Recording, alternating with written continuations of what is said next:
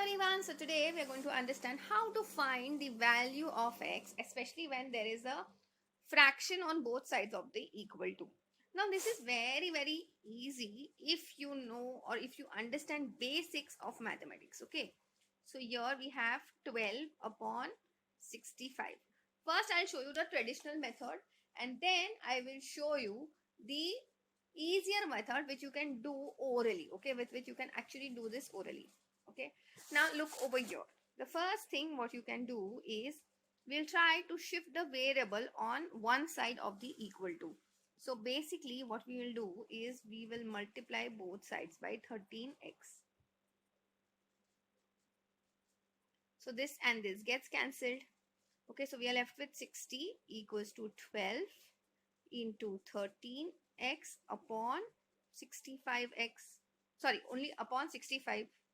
Next, what you can do is, see, here you can cancel. This is what 13 ones are and 5s are. But after this, you can't do much.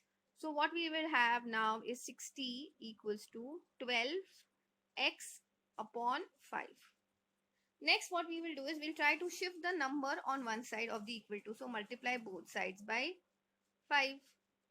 So we have 5 into 60 equals to 12x. Now, in order to find the value of x, we will divide both sides by 12. So this and this will cancel and this is 1s and 5s.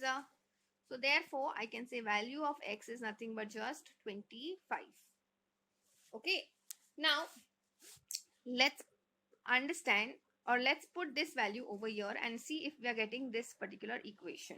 Okay. So we have got 60 divided by 13 into 25.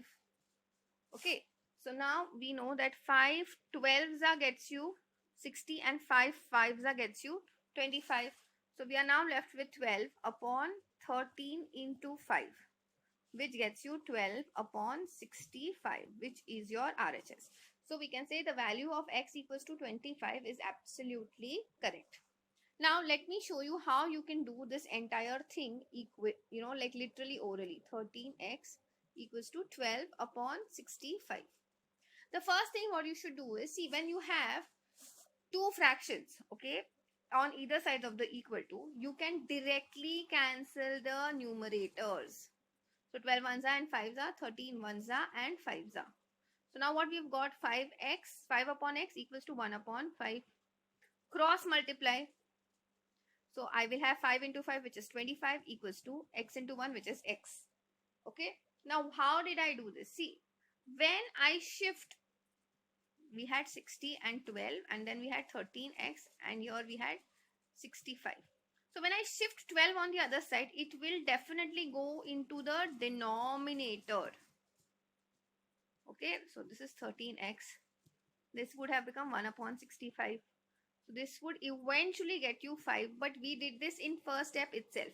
So students, if you are preparing for any kind of entrances, then please remember any numerator on either side of the equal to and denominator on either side of the equal to can directly get cancelled. But this can only happen if there are just two fractions, or after this you had something which was getting multiplied, some value, let's say 12, and here we had multiplied 13, something like that. Multiplication or division is still okay, but you can't do this entire thing unless when you have, let's say the entire question was 60 upon 13x equals to 12 upon 65 plus 2, aisa kuch if you had, then you had to first do the LCM and make the entire thing as a fraction. Only then you can start with your cancellation, okay, with the numerators and denominators. So I hope this is very clear to everyone. Now time for your DIY. Tell me what will be 3x upon 2 is equals to 9 upon 4. Please let me know your answers in the comment section. That's it for today. I will see you in the next